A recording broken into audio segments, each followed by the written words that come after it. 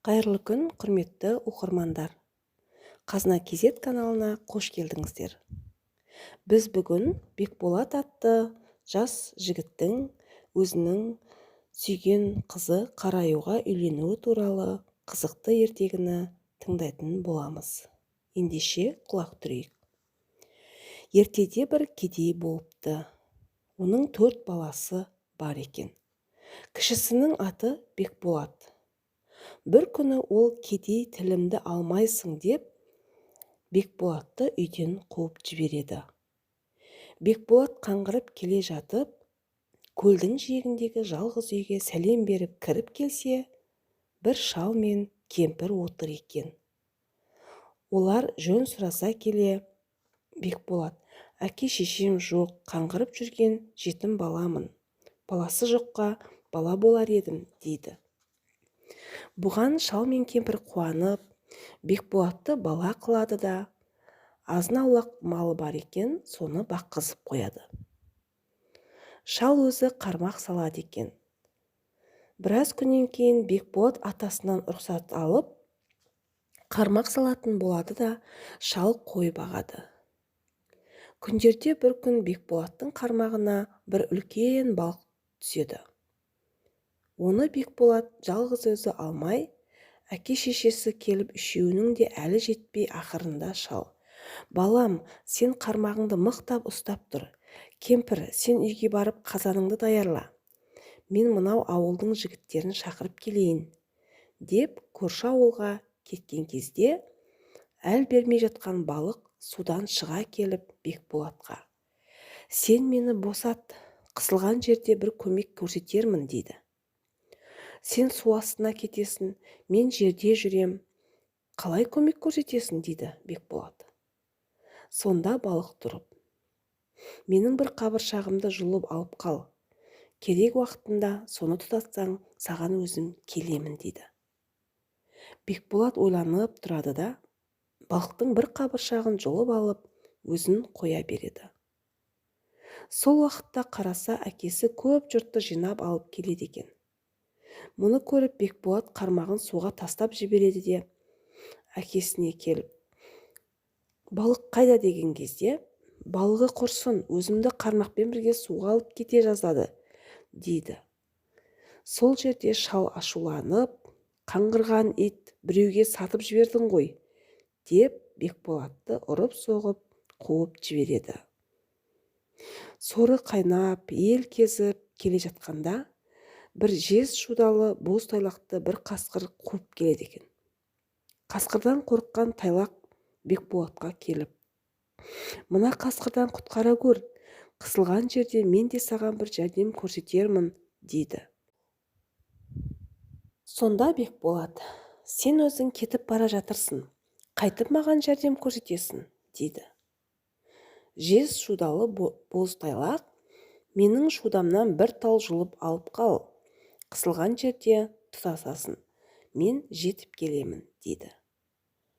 Бала тайлақтың айтқанын істеп, оның қасқырдан құтқарып жібереді. Мұнан соң келе жатса, бір үлкен құс 2 самұрықты қуып келеді екен. Самұрықтар жанына келіп жатқан баланы көріп: адамзат қой, бізді құтқарса, осы құтқарар, деп Бекболатқа келіп: мына жаудан құтқар, біз де бір керегіңе жарармыз, дейді. Сендерді мен аспаннан қалай табамын, дейді. Сонда самұрықтар: сен екеумізден 2 қауырсын жұлып алып қал. Қысылған жерде қауырсынымызды тұтатсаң, біз келеміз, дейді. Бекболат олардың да тілегін орындап, самұрықтарды құтқарады. Тағы да келе жатса, бір түлкіні бір бүркіт қуып келеді екен. Адамды жау көретін түлкі не істерін білмей аңырап тұрып қалады да, бүркіт өзіне шүйіле берген кезде Бекболатқа жетіп келіп: ойбай ағатай, мені мына жаудан құтқаршы, мен де жәрдем көрсетермін, дейді. Мұны естіп Бекболат: сен қазір тауға, тасқа өз жайыңмен кетесің. Мен сені қайдан табамын? Сендей жүйрік емеспін ғой, дейді. Сонда түлкі: менің бір тал қылшығымды жұлып алып қал. Соны тұтатқанда иісі шығар. Мен сол жерде дайын боламын, дейді. Бекболат түлкінің айтқанын іздеп келе жатқан жауынан құтқарады. Сонан тірі жетім болып Бекболат зарлап келе жатса, көз ұшында бір үй көрінеді. Жақындап келіп байқаса, көп ауыл екен. Соның шетіндегі бір қосқа келіп тыңдап тұрса, шалдың кемпірге ұрысқан даусы шығады. Қабағың жаман қақпассың, бір бала таппай. Мына қалған ірімшік, мына қалған май, қаймақты кім жейді? Деп шал кемпіріне жырлап отыр екен.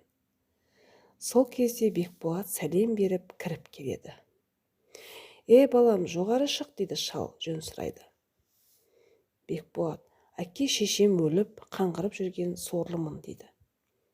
Мұны естіп шал қуанып, маған бала боламысың, дейді.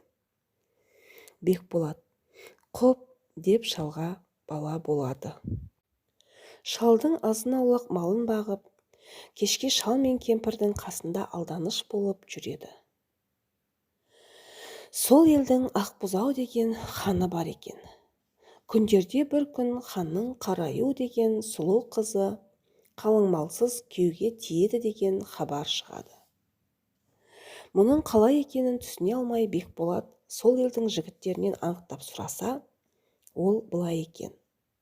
Қараюды алуға дәмеленіп барған адам 3 рет жасырынады екен.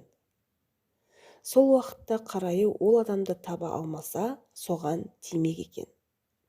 Егер тауып алса, басын алады екен. Қараюды алуға дәмеленген жастай кәрі де бәрі ханның ордасына жиналып, қандай жерге тығылса да Қараю тауып ала береді екен. Бір күні бір жігіт құдықтың ішіне түсіп жатып алған екен. Алтын тақта отырған Қараю оны да тауып алыпты. Өзі ай мен күндей сұлу, дейді. Мұның жолында нелер жас жігіттер өлген екен. Бекболат тәуекелге бел байлап бармақ болады. Асырап отырған шал мен кемпір Бекболатты сондай жақсы көреді еді. Кемпір шалдың: шырағым, Бекболатжан, сен бармашы, босқа өлесің. Талайлар ол қыздың қолынан өлген, деп зарланғанына қарамай Бекболат жүріп кетеді.